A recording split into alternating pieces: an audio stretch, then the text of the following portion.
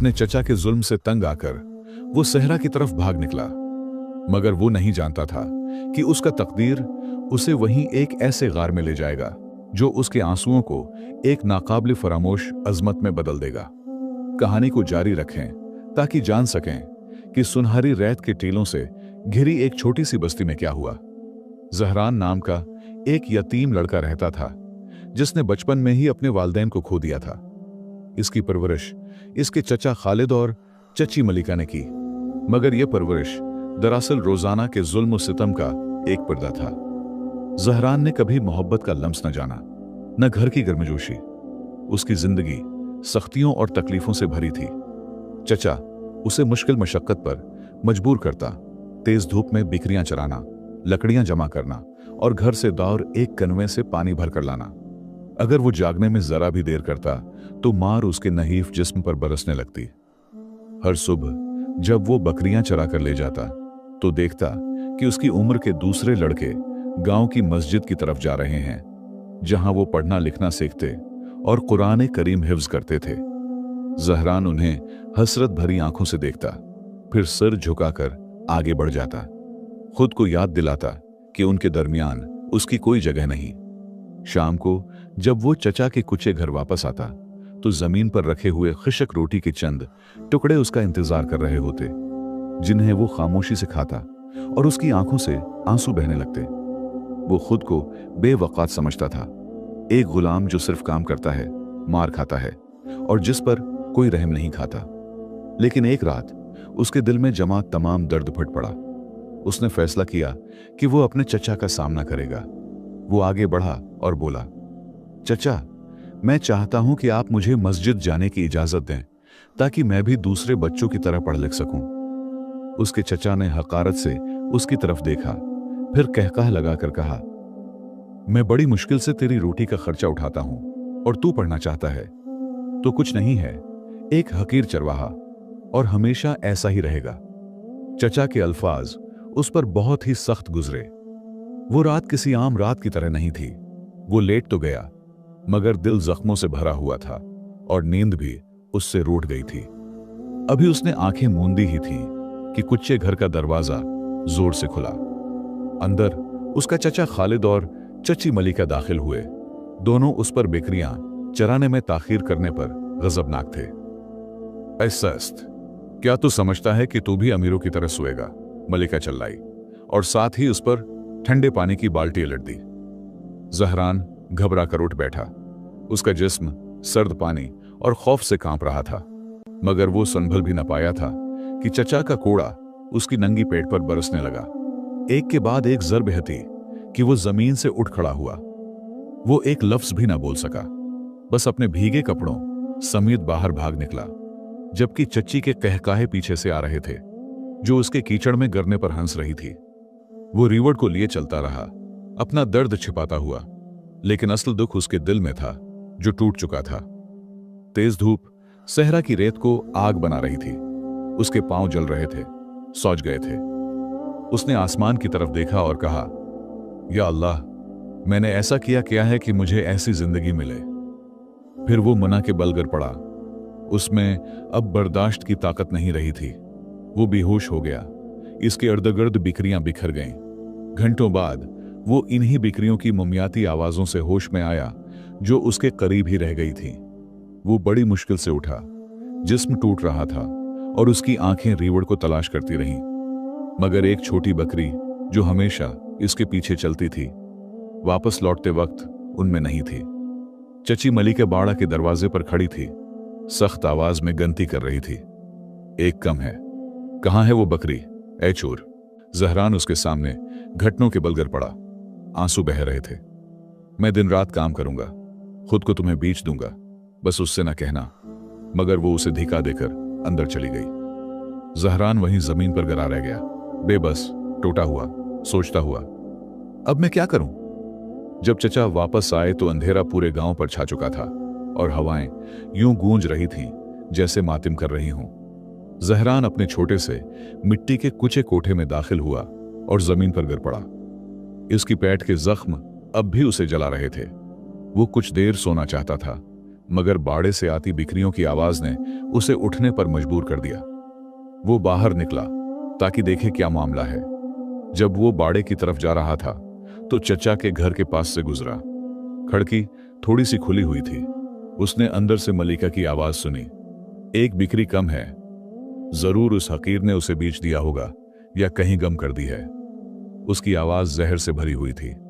खालिद ने सर्द लहजे में जवाब दिया, फिक्र मत करो, सुबह होते ही मैं उसकी एक इंगली काट दूंगा ताकि उसे जिम्मेदारी का मतलब रोज याद रहे जब भी वो अपने कट्टी हुई अंगली को देखेगा। वो ऐसे एतमाद से बात कर रहा था जैसे किसी इंसान की नहीं बल्कि दरख्त की टहनी काटने की बात हो। जहरान वहीं जम गया। उसे लगा जैसे जमीन उसके पांव तले से निकल गई हो।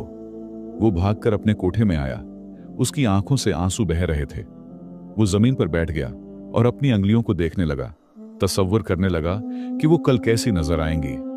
एक अंगली के बगैर मेरी हर चीज खत्म हो गई, उसने टूटे हुए लहजे में कहा। बाबा और मां, हर चीज, और अब मैं अपनी अंगली भी खो दूंगा। मेरे पास खोने को अब जिंदगी के सिवा कुछ नहीं बचा। उसने इंधीरे कोठे के अंदर नजर दौड़ाई, फिर बाकी मांदा चीजें जमा करना शुरू कर दें। खशक रोटी के चंद टुकड़े कपड़े में बांधे, पानी की मिश्की भर ली। वो फैसला कर चुका था, मैं सुबह का इंतजार नहीं करूंगा। मैं उन्हें अपनी बाकी बची हुई इज्जत भी नहीं तोड़ने दूंगा। वो रात की तारीकी में भूत की तरह दब्बे पांव निकला और दूर जाने लगा। जाने से पहले आखिरी बार पलटकर चचा के घर की तरफ देखा, जहां खिड़की से मध्यम सी रोशनी झलक रही थी। वो रोशनी जो कभी उसकी न थी। फिर वो मुड़ा और वसिया सहरा की तरफ चल पड़ा, इस अंजाम की जानिब जो नामालूम था मगर यकीनन यहां रहने से बेहतर था। आजादी या मौत। वो अंधेरी रात में चलता गया। उसके नंगे पांव रेत में धंस रहे थे, लेकिन उसने एक बार भी पीछे मुड़कर नहीं देखा, क्योंकि वहां सिर्फ अजियत थी। वो अंधेरे में चल रहा था कि उसे सामने खड़ी सूखी झाड़ी दिखाई। वो उसके तने से टकराया और जमीन पर गिरकर बेहोश हो गया। सुबह के वक्त खालिद और मलिका जागे। खालिद के हाथ में एक तेज छुरी थी और उसकी आंखों में गुस्सा और इंतकाम भरा हुआ था। वो गर्राते हुए बोला, आज ये लड़का जिम्मेदारी का मतलब सीखेगा। वो कोठे की तरफ बढ़ा, यही सोचते हुए कि जहरान जरूर रोने धोने के बाद सो गया होगा। मगर जब उसने दरवाजा जोर से खोला, बस्तर खाली था। वो चिल्लाया, कहां गया? मलिका भी अंदर आई। इसकी आंखों में नफरत भरी हुई थी। वो भाग गया। देखो, पानी की मुश्किल भी साथ ले गया है। खालिद गुस्से से फुट पड़ा।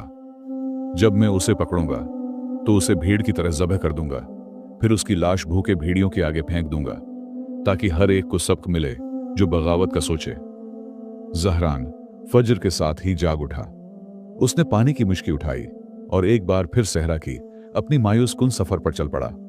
उसे मालूम था कि अगर वो बैठकर आराम करेगा तो चचा उसे पकड़ लेगा। वो तकलीफ और प्यास से ढाल ऐसे लड़खड़ा रहा था जैसे नशे में हो। उसके पांव सौच चुके थे। घंटों चलने के बाद उसे सहरा में एक दरख्त दिखाई दिया। वो उसकी तरफ बढ़ा और उसके साए तले लेट गया। उसने आसमान की तरफ आंखें उठाएं और टूटे दिल से पुकारा, या रब, मुझे तन्हा न छोड़, मेरे सिवा कोई नहीं। उसने पानी की एक छोटी सी घूंट ली, मगर पानी गर्म था। उसने महसूस किया जैसे उसके अंदर आग बरस गई हो। उसके फिटे हुए होंठ खशक होने से खून बहा रहे थे। उसे अंदाजा हुआ कि इस तेज धूप में चलते रहना एक सुस्त मौत को दावत देना है। चुनांचे उसने फैसला किया कि रात होने तक यहीं रखकर इंतजार करे। जब सूरज डूबा और अंधेरा छा गया तो उसने मुश्किल उठाई और सितारों को रहनुमा बनाकर आगे बढ़ने लगा। कई घंटे चलने के बाद वो एक पुरपीच पहाड़ी इलाके में पहुंचा। वो जिंदगी के किसी निशान की तलाश में इधर उधर देखने लगा। अचानक उसे दौर से रोशनी झलमलाती दिखाई दी। चट्टानों में बना एक गार जिसके अंदर आग जल रही थी। उसके दिल में एक मध्यम सी उम्मीद जागी। उसने आहिस्ता से कहा, शायद वहां कुछ अच्छे लोग हों, शायद वो मुझे खाना और ठंडा पानी दे दें। वो एहतियात से आगे बढ़ा, मगर गार के दहाने पर रुक गया। अंदर से तलख कहकाए और एक भारी आवाज आई, उस शिकार से हम अमीर हो जाएंगे उसे भी मार डालेंगे जैसे पिछलों को मारा था। जहरान के कदम जैसे जमीन में गड़ गए। उसे समझ आ गया कि वो एक खतरनाक कातिल गरुआ के ठिकाने पर पहुंच गया है। उसका दिल जोर से धड़कने लगा, बदन पसीने से भर गया।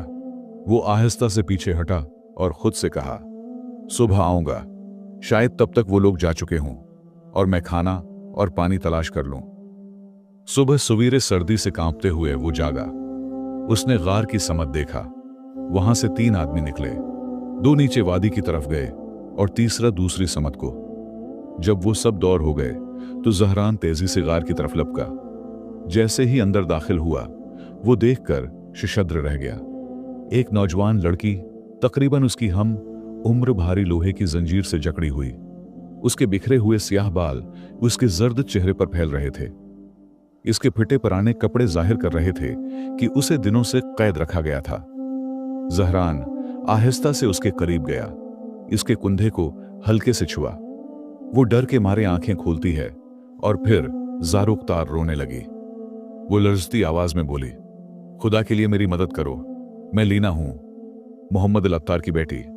उन्होंने मुझे 2 हफ्ते पहले अगवा किया, मुझे बचा लो। इसके आंसू जहरान के हाथ पर गिरे। जहरान के दिल में खौफ और दुख का मिलाप उतर गया। उसने कहा, मैं तुम्हारी मदद कराऊंगा, मगर कैसे? ताला कहां खुलेगा? लीना ने बाहर की तरफ इशारा करते हुए कहा, उनमें से एक आदमी जो कद में छोटा है, उसकी जेब में चाबी है, लेकिन अभी जाओ, वो पानी लाने के लिए जल्द ही वापस आएगा। रात में वो लोग निश्चय में हो जाते हैं, बेहोश जैसे। उस वक्त तुम मुझे बचा सकते हो, मैं तुमसे फरियाद करती हूं। जहरान ने गार के दरवाजे की तरफ देखा, फिर उसकी तरफ लौटा। नर्म आवाज में बोला, मैं वादा करता हूं, मैं आज रात आऊंगा, डरना नहीं, मैं तुम्हें बचाऊंगा। वो गार से निकलकर दूर जा ही रहा था कि उसने तीसरे आदमी को वापस आते देखा। अगर वो चंद लम्हे देर करता तो सीधा उसके सामने आ जाता। जहरान फौरन एक बड़ी चट्टान के पीछे छिप गया। वो देखता रहा कि आदमी गार में दाखिल हुआ। रात छा चुकी थी, सिर्फ चांद का मध्यम नूर बाकी था। जहरान अपने ठिकाने से देखता रहा। कुछ देर बाद बाकी दोनों आदमी भी वापस आ गए। उनके हाथों में माल से भरे थैले थे और 2 बड़ी मुश्कियों में शराब भर रखी थी। घंटों बाद गार में सुकूत छा गया। जहरान की सांसें तेज हो गईं। वो आहिस्ता से गार की तरफ बढ़ा, अंदर झांका और देखा कि तीनों मर्द जमीन पर गिरे पड़े थे, सख्त निश्चय में मदहोश। इनकी सांसें भारी थीं और पूरा गार शराब की बदबू से भरा था। लीना गार के एक कोने में बैठी थी। उसकी आंखों में उम्मीद की चमक थी। जैसे ही उसने जहरान को देखा, उसने लरुसती हुई अंगली से उस भारी भरकम आदमी की तरफ इशारा किया जो गहरी नींद में खिराटे ले रहा था। उसकी जेब में चमकते हुए चाबी का कुनारा साफ दिखाई देता था। जहरान दब्बे कदमों उसके करीब पहुंचा। उसने आहिस्तगी से हाथ जेब में डाला। आदमी नींद में किसी बेरब्त बात की बड़बड़ाहट कर रहा था। जहरान की उंगलियां आखिरकार चाबी तक पहुंच गईं। उसने एहतियात से उसे पकड़ा, आहिस्तगी से बाहर निकाला और पीछे हटा। वो तेजी से लीना के पास पहुंचा और उसके पांव में बंधी भारी लोहे की जंजीर का ताला खोल दिया। लीना ने आंखों में आंसू लिए उसका शुक्रिया अदा किया, फिर जल्दी से एक अगवाकार की बैग उठा ली। दोनों चुपके चुपके गार से बाहर निकलने लगे। इतने में पीछे से हल्की सी आवाज आई। एक आदमी नींद में क्रोट बदल रहा था। जहरान और लीना पत्थर की तरह साकित खड़े रहे।